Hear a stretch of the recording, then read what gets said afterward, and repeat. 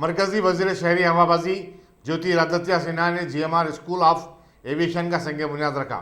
शहरी हवाबाजी के शोबे में नौजवानों को एयरक्राफ्ट इंजीनियरिंग से वाकिफ करवाने ये स्कूल शमशाबाद के राजीव गांधी इंटरनेशनल एयरपोर्ट के करीब 4 एकड़ अराजी पर तामीर किया जाने वाला है। Directorate general of civil aviation ने इस स्कूल और उसके निसाब को मंजूरी दी है। GMR aviation business chairman GBS Raju ने बताया कि तैयारों के मेंटेनेंस वगैरह की तरबियत देना बेहद जरूरी है। उन्होंने बताया कि पहला बैच साल 2022 और 23 के लिए आइंदा साल शुरू हो जाएगा। ये कोर्स डिग्री लेवल का होगा। अलावा कई सर्टिफिकेशन कोर्स भी शुरू किए जाएंगे। नेशनल एविएशन यूनिवर्सिटी ने इसकी मंजूरी दी और इसका इलाक भी किया है। Has finally laid a thrust on this area. It has been almost a decade and a half since this group has forayed into the area of aviation. And I'm glad that their inclination is now turning towards creating the next human resource potential for not only the country but I dare say the world through this prospective school of aviation.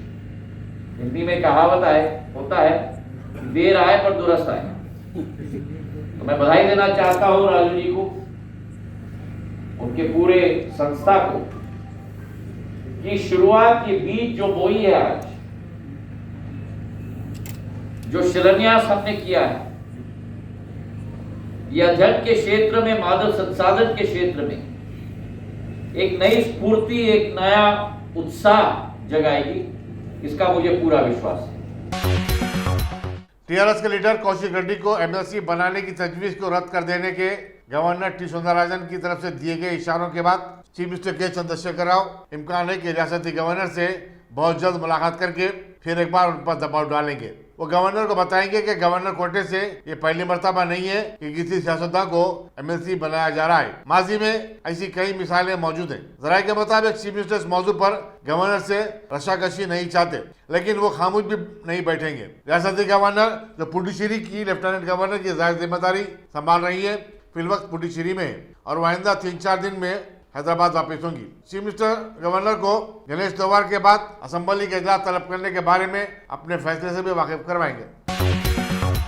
वज़ीर तालीम Sabitha Inder Reddy social media पर हुकूमत के खिलाफ फैलाई जाने वाली गलत खबरों और इल्जामात को मुस्तरद कर दिया। पार्टी कारकुनों से खिताब करते उन्होंने कहा कि पार्टी कारकुनों को चाहिए कि वो TRS को हर तरह से मजबूत करें, हुकूमत की फलाही स्कीमों के बारे में घर घर जाकर आवाम को वाकिफ करवाएं।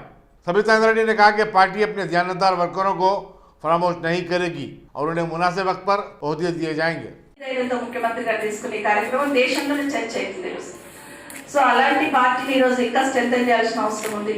మన మీద నమ్మకం విశ్వాసం ఉన్న ప్రజలకు ఇంకా కింది వరకు వెళ్ళాల్సిన అవసరం ఉంది। దాంట్లో భాగంగా గతంలో కూడా 2 years బ్యాక్ మనం కంటెంట్ వేసుకున్నాం, అప్పుడు మెంబర్షిప్ లో పాల్గొన్నారు, ఇప్పుడు మెంబర్షిప్ లో పాల్గొన్న మీకు అందరికీ కూడా మరొకసారి ధన్యవాదాలు। 63 లక్షల మెంబర్షిప్ చేసిన कैबिनेट हुसैन सागर तालाब में प्लास्टर ऑफ पेरिस की गणेश मूर्तियों के विसर्जन पर हाईकोर्ट की जानिब से रोक लगा दिए जाने के बाद रियासती हुकूमत अब अदालत में दरखास्त नजरसानी दाखिल करेगी। वज़ीर animal husbandry T Srinivas Yadav ने खैरताबाद में बिठाई गई शहर की सबसे बड़ी मूर्ति की पूजा करने के बाद मीडिया से बातचीत करते हुए बताया कि यह दरखास्त कल ही दाखिल की जाएगी और अदालत को यकीन दिलाया जाएगा कि हुसैन सागर को आलूदगी से महफूज रखने के लिए हुकूमत तमाम तरह इकदाम करेगी। वाज़ेह है कि एक वकील वीनो माधो की दरखास्त पर हाईकोर्ट ने हुसैन सागर में गणेश की मूर्तियों के विसर्जन पर पाबंदी लगा दी थी। वज़ीर एनिमल हस्बेंड्री के हमरा साबिक वजीर और खैरताबाद के रुकन असम्बली डी नागेंद्र और खैरताबाद की कॉर्पोरेटर विजय लक्ष्मी भी मौजूद थी।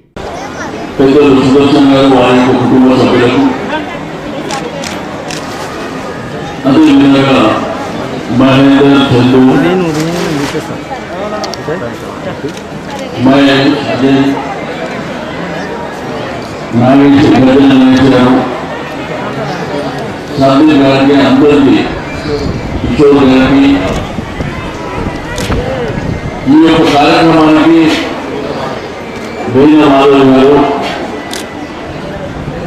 అదేవిధంగా విఘ్నేశ్వరుడు దర్శించుకోవడానికి వచ్చినటువంటి భక్త మహాజనులందరికీ నమస్కారాలు। పాత్రికేయ మిత్రులు, మీకందరికీ తెలుసు గణేష్ ఉత్సవ సమితి వినాయక చవితి వచ్చిందంటేనే మన హైదరాబాద్ సిటీలో ఎక్కడ చూసినా కానీ ప్రతి గల్లీలో ప్రతి ప్రాంతంలో విఘ్నేశ్వరుని ప్రతిమలు ఏర్పాటు చేసుకొని ఈ 11 రోజులు కూడా మరి ఎంతో పవిత్రంగా వినాయకుడు పూజ జరిగేటువంటి సందర్భం మనందరికీ తెలిసిందే. ఈ రోజు భారతదేశంలో హైదరాబాదే ఒక శోభ తెచ్చేటువంటి పరిస్థితి. మరి ప్రత్యేకించి హైదరాబాద్ వినాయకుడు అంటే యావత్ దేశం ప్రపంచం కూడా మరి విఘ్నేశ్వరుని కోల్చుకోవడం అనేది ఆనవాయితీ వస్తున్నటువంటి సందర్భాలు. అయితే మొన్న కోర్టులో అంటే వినాయక చవితి ఒక రోజు ముందు వచ్చినటువంటి తీర్పు మనందరికీ తెలిసిందే. దాంతో ఎవరైతే ఆర్గనైజర్స్ ఉన్నారో ప్రజలు భక్తులు అందరూ కూడా కొంత ఇబ్బందికరమైనటువంటి పరిస్థితులు ఎదుర్కొంటూ కూడా మనం చూస్తా ఉన్నాం.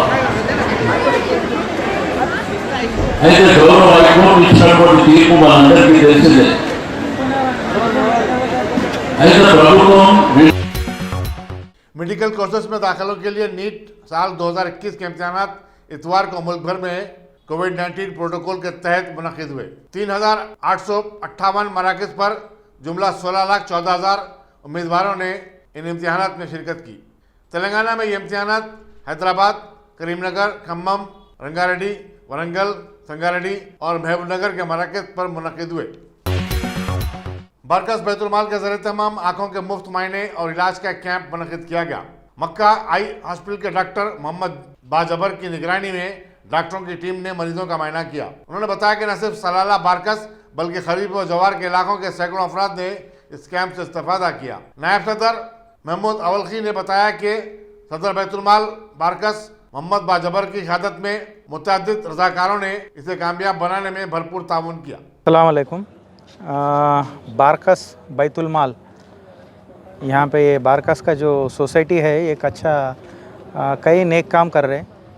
यहाँ पे कहीं फ्लड के टाइम पे होने दो या नहीं तो कोरोना के टाइम पे होने दो, कई लोगों को राशन का किट दिए। आज ये मेडिकल कैंप, ये जो आई कैंप यहाँ पे ऑर्गेनाइज़ कर रहे, ये बहुत अच्छा प्रोग्राम है। ये गरीबों के लिए अच्छा इस्तेमाल हो रहा है, इससे बहुत फ़ायदा है। इससे कोई गरीब रहता पैसे खर्च करके जो ट्रीटमेंट नहीं ले सकता, तो वैसे लोगों को यहाँ पे मेडिकल चेकअप हो रहा और उसके बाद यहाँ से कुछ सर्जरी और कुछ भी फर्दर इलाज जो कुछ भी ज़रूरत है उनको मक्का हॉस्पिटल या अदर हॉस्पिटल्स भेज के वो लोगों को इलाज करा रहे। अल्लाह ताला इनको और कामयाब दे, इनको और अच्छा काम करने के लिए इनको ताकत दे। हमारे फलकनुमा डिवीज़न पुलिस के तरफ से और चंद्रायनगुट्टा पुलिस के तरफ से भी पूरा ताउन रहता, हमारा भी मदद रहता और फ्री राशन भी यहाँ पे दे रहे। एवरी मंथ हर महीना 5 तारीख के दिन गरीबों को यहाँ पे फ्री राशन भी बांटा जा रहा। और कोरोना का टाइम पे तो कई ऑक्सीजन सिलेंडर्स यहाँ पे फ्री में मदद करे। हम पुलिस वाले भी कई यहाँ से हम लोग हेल्प हुआ यहाँ से। हमारे पुलिस वालों को भी अगर ऑक्सीजन का सिलेंडर ज़रूरत पड़े तो हमने अवलगी भाई को मैं फ़ोन करके मंगा लिए थे। उनको इस तरफ से हमारा फलकनुमा डिवीज़न और चांद्रायनगुट्टा पुलिस के तरफ से मैं तहे दिल से शुक्रिया अदा करता हूँ और फ्यूचर में भी ऐसे काम और आगे करने के लिए मैं उनको रिक्वेस्ट कर रहा हूँ। रहमतुल्लाहि व बरकातहू। आज अल्हम्दुलिल्लाह बारकस बैतुलमाल की जानिब से मक्का आई हॉस्पिटल के कॉपरेशन में आई कैम्प का जो है इनेकाद अमल में आया, जिसमें आप बिलीव नहीं करेंगे तेलंगाना स्टेट हैदराबाद में मैं समझता हूँ, मैं जहाँ तक जानता हूँ 100 नहीं 200% सक्सेस आई कैंप यहाँ पे लगाया गया। क्योंकि आवाम का और इनका जो ट्रस्ट है, आपस में एतमाद है, उसी की वजह है। ये लोग अवेयरनेस अच्छा लाए, रात में ऑटोस लगाए, कल दिन से ऑटोस लगाए, जिसकी वजह से आज अल्हम्दुलिल्लाह बहुत अच्छे पैमाने पे हुआ। बल्कि जो लोग बच जा रहे हैं उनको सदर बैतुलमाल ने मोहम्मद भाई बाजाबर से रिक्वेस्ट की तो उन्होंने कहा कि 1 महीने तक 1 मंथ तक मक्का हॉस्पिटल में आप आपका स्टाफ मार के भेजाइए, मैं वहाँ पे उनका फ्री इलाज जो भी उनको मेडिसिन है, आई ड्रॉप्स है, सब दूंगा बोल के बोले हैं। बारकस बैतुलमाल जो है उन तमाम हजरात का शुक्रिया अदा करता है, सब जो है इस मौके पर यहाँ पर आए। और ख़ासकर हमारे हरदिल अजीज़ जो है बारकस वेलफेयर के नायब सदर फैसल बिन सईद बाम साहब और जितने कमेटियाँ वाले उनको, और हमारे ACP साहब से मैं तवज्जो का मतलब हूँ, ACP MA मजीद साहब जो अपने कीमती वक्त में से वक्त निकाल कर एक नेक काम में लिए। अल्लाह उनको भी ज़्यादा खैर दे और हमारी तमाम हैदराबाद सिटी पुलिस को, तेलंगाना पुलिस को, हमारे बारकस बैतुल-माल बारकस। भाग्यनगर गणेश उत्सव समिति ने जीएसएमसी और पुलिस पर सरोनगर तालाब में गणेश की छोटी मूर्तियों के विसर्जन पर रोक-टोक लगाने का इल्जाम आयद किया। उन्होंने इस कार्रवाई पर कहा कि हिंदू एहतजाज करने के लिए मजबूर हो जाएंगे। समिति ने कहा कि वो गणेश चतुर्थी के 10 रोजा तकारीब पुरअमन अंदाज में मनाने के ख्वाहिशमंद हैं, लेकिन पुलिस ऐसी रुकावटों के जरिए माहौल को खराब कर रही है।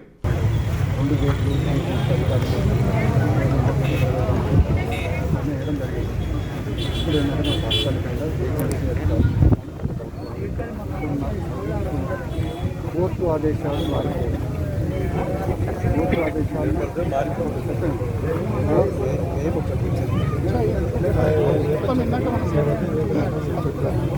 కోర్టు ఆదేశాలు అయిపోయిన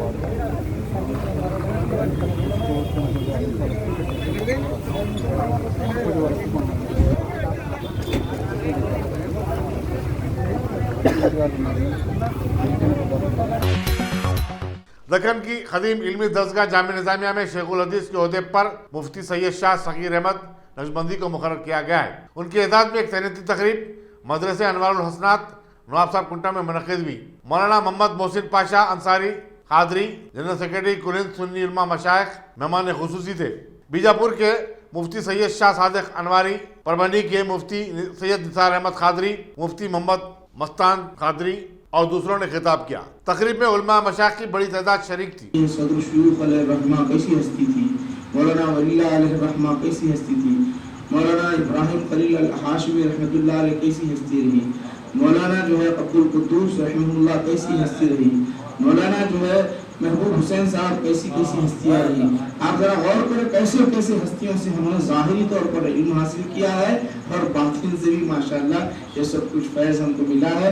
अब आपसे गुजारिश है कि इस तरह की महफिल रख के, मुझे तलबा के अंदर एक जमात है हमारी, मैं समझता हूँ 40-50 बच्चे हैं, कहा कि मुझाब ये पैसे हैं ये फला मुझाब को दे दीजिए। क्यों दे? मैं पूछा कहीं को, मुझाब हमारा साथी बीमार है, पूरे हम साथियाँ मिलके, हम जमात साथी मिलके हम अपने साथी की मदद करना चाहते। 13,000 रुपये ला के दिया उन्हें बीमार का। तो एक जमात का उनका एक राब्ता रहा, बच्चों को बड़ी खुशी हुई, एक दूसरे से राब्ता है उनका। अब हमारा राब्ता टूटा हुआ है, किसको बुलाए कब बुलाए, मिले तो 4 साथी मिलते हैं, 2 साथी मिलते हैं, कोई याद। मगर इसलिए याद रखो कि इस तरह की महफिल, मौलाना जैसा कि आप मस्तान शरीफ साहब ऐलान किए, उनके पास भी जाना चाहिए। मौलाना सिराज साहब हैं और मौलाना इलियास साहब, मोहसिन पाशा साहब, 4 महीने में सही, 3 महीने में सही इस तरह की महफिल, और ऐसी महफिल होना चाहिए, वो ऐसी महफिल सिर्फ और सिर्फ मुशावरती और अपनी इस्लाही, बाद में फिर उसके बाद तो पुरानी यादों का तज़किरा बाद में करें। वो जितना वक़्त मिला उतना पहले ये चीज़ें हो गई तो हमारे लिए सही हो सकता। वरना का भर है कितने साल, 10, 20, 25 इतने साल, उससे ज़्यादा क्या आदमी जी सकता है।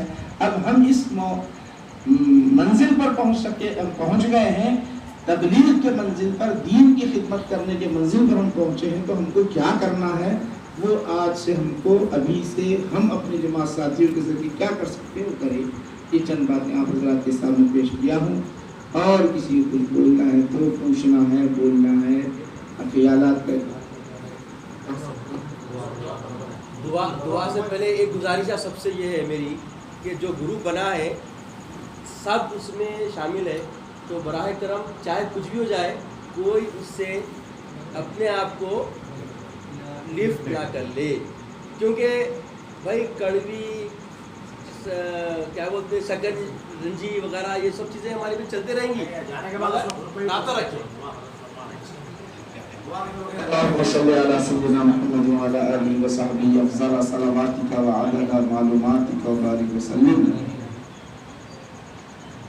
अल्लाहुम्मा अखरिजना मिन ज़ुलुमातिल वहम व अकरिमना बिनूरिल फहम वफ्तह अलैना। ममरा में मजलिस के सदर सैफ पठान को, जिन्हें झूठे मुकदमे में माखूज किया गया था, मुंबई की एक अदालत ने बरी कर दिया। सैफ पठान को ममरा की पुलिस ने शहर बदर भी कर दिया था और वो गुज़श्ता 6 माह से हैदराबाद में मुकीम थे, लेकिन अब इस केस में क्लीन चिट मिलने के बाद उनकी ममरा को वापसी का रास्ता खुल गया है। सैफ पठान ने हैदराबाद में उनके क़याम के दौरान उनकी मदद करने पर हैदराबाद के अवाम और सदर मजलिस बैरिस्टर असद नवीसी से ज़ाहिर तशक्कुर किया। सपोर्ट किया मुझे, और यहाँ पर और भी ऐसे नाम से मैं बताते जाऊंगा तो शायद इंटरव्यू काफी लंबा चलेगा। हैदराबाद ने काफी मोहब्बत दिया है। आपके ये केस के बारे में हमारे सदर साहब एमपी साहब को इत्तला है इस चीज़ के बारे में? जी बेशक, आपकी मुलाकात हुई उनसे? जी पूरी इत्तला है उनको, और उन्होंने मुझे यहाँ रुकने को सजेस्ट किया था, और उसके बाद यानी काफ़ी हेल्प भी हुई, जिसका नतीजा आज ये है कि यानी मैं यहाँ पर अच्छे से भी रहा, और बाकी वहाँ पर फाइट करके पार्टी ने फुल सपोर्ट होने की वजह से मैं जीत पाया। नाज़रीन, मैं आपको बताता चलूँ कि आपका कोड जो क्लीन शीट दी है आपको भाई के फ़ोन में है, मैं आपको डिस्क्रिप्शन में इसका कोड का कॉपी भी डाल दूंगा आपको।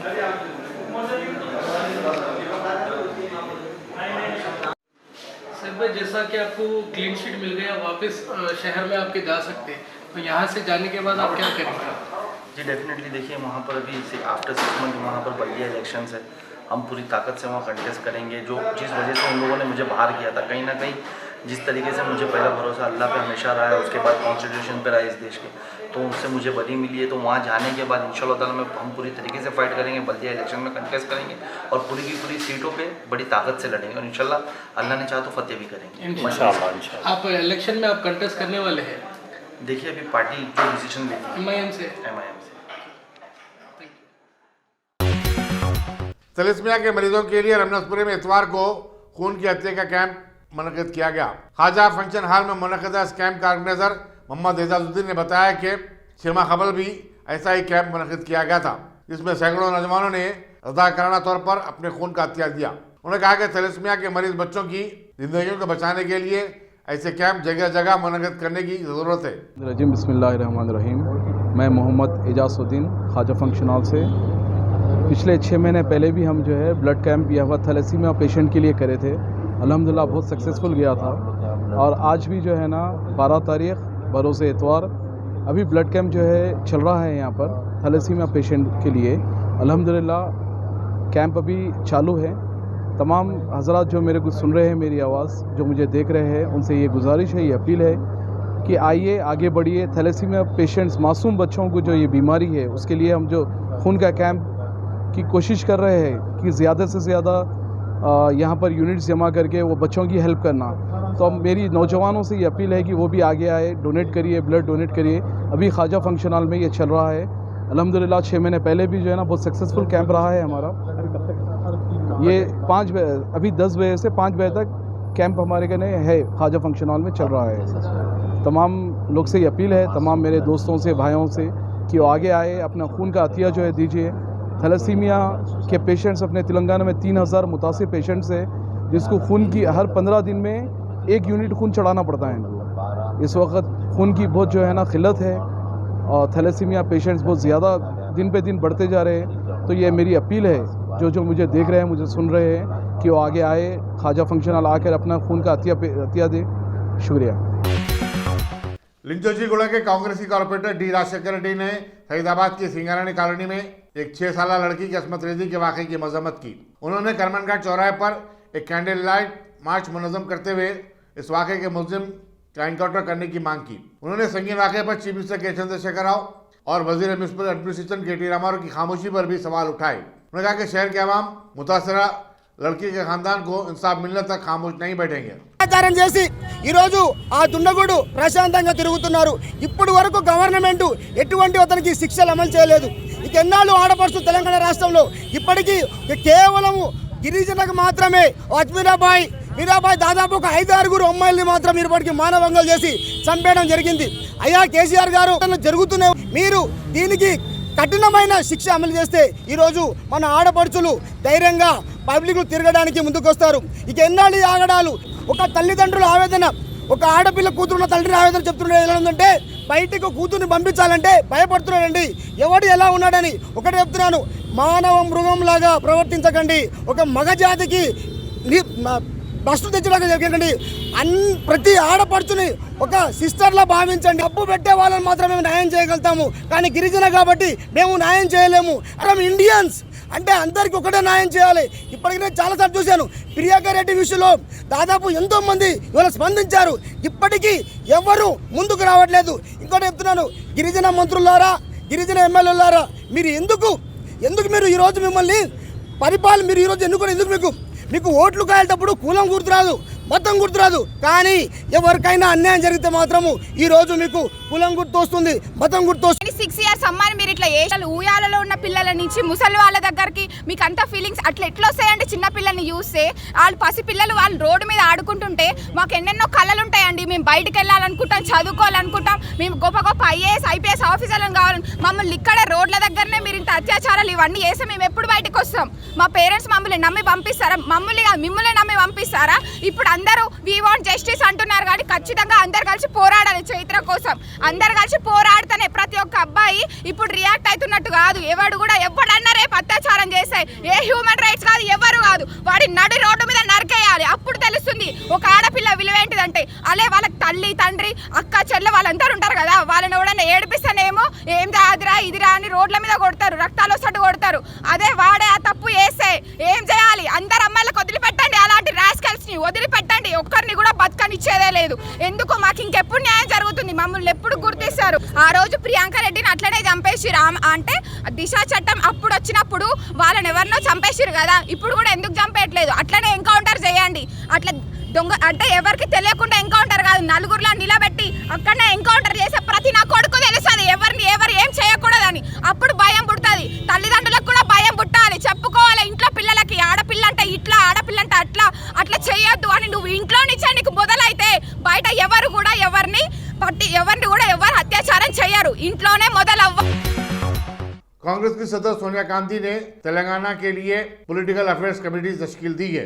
एआईसीसी के इंचार्ज मानिकम टैगोर चेयरमैन होंगे, जबकि मोहम्मद अली शब्बीर साबिक वजीर को कन्वीनर मुकर्रर किया गया है। कमेटी के अरकान में सदर तेलंगाना प्रदेश कांग्रेस कमेटी ए रेवंत रेड्डी के अलावा मल्लू भट्टी विक्रमका, वी हनुमंतराव, पुनया लक्ष्मయ్య, जाना रेड्डी, उत्तम कुमार रेड्डी, जीवन रेड्डी, रेणुका चौधरी, बलराम नायक, कोमटिरेड्डी वेंकट रेड्डी, डी श्रीधर, पीवी रैया, अनुसिया, कोमट रेड्डी, राजगोपाल रेड्डी और दूसरे शामिल हैं। गुजरात में बीजेपी लेजिस्लेटिव पार्टी ने भूपेंद्र पटेल को अपना नया लीडर मुंतखब कर लिया है। वो विजय रूपानी के जानशीन होंगे, जिन्होंने हफ्ते को अचानक चीफ मिनिस्टर के ओहदे से इस्तीफा दे दिया था। 54 साल पटेल असेंबली में घोटिया लोधा हल्के की नुमाइंदगी करते हैं। वो साबिक चीफ मिनिस्टर आनंदीबेन पटेल के करीबी माने जाते हैं और पाटीदार समाज के अहम लीडर हैं। मरकजी वज़ीर दाखिला अमित शाह ने भूपेंद्र पटेल को मुबारकबाद दी। सबकदोश चीफ मिनिस्टर विजय रूपानी ने यकीन दिलाया कि भूपेंद्र पटेल को पार्टी के तमाम अरकान का ताउन हासिल रहेगा और वो 2022 में होने वाले चुनाव में पार्टी की क़यादत करेंगे। बीजेपी की मरकजी क़यादत ने मरकजी वज़रा प्रहलाद जोशी और नरेंद्र सिंह तोमर को पार्टी मुबस्सिरीन की हैसियत से गांधीनगर को रवाना किया था। आम आदमी पार्टी के आमेला के इजलास में जो दिल्ली में मुनक़िद हुआ, चीफ मिनिस्टर दिल्ली अरविंद केजरीवाल को तीसरी मरतबा पार्टी का कौमी कन्वीनर मुंतखब कर लिया गया है। आमेला ने पार्टी के दस्तूर में तरमीम करते हुए कौमी कन्वीनर की मियाद 3 साल से बढ़ाकर 5 साल कर दी है। शिवसेना के लीडर और रुकन पार्लियामेंट संजय रावत ने ऐलान किया कि उनकी पार्टी आइंदा साल उत्तर प्रदेश और गोवा के होने वाले असेंबली चुनाव में मुकाबला करेगी। मीडिया से बातचीत करते हुए उन्होंने बताया कि शिवसेना उत्तर प्रदेश में 100 उम्मीदवार और गोवा में 20 उम्मीदवारों को मैदान में उतारेगी। गुज़िश्ता 24 घंटों के दौरान मुल्क में कोविड-19 के 28,591 केसेस सामने आने के बाद इस मर्ज के मुतासरीन की तादाद 3,32,36,921 हो गई है, जबकि इसी मुद्दत में 338 नई अमवात हुई हैं। इस तरह अब तक पूरे मुल्क में 4,42,655 अफराद फौत हुए हैं। मरकजी वज़ारत सेहत के एक प्रेस नोट में बताया गया कि हिंदुस्तान में कोविड-19 वैक्सीन की टीके अंदाजी की मुहिम, जिसका आगाज 16 जनवरी को हुआ था, अब तक 73 करोड़ 82 लाख अफराद को टीके दिए जा चुके हैं।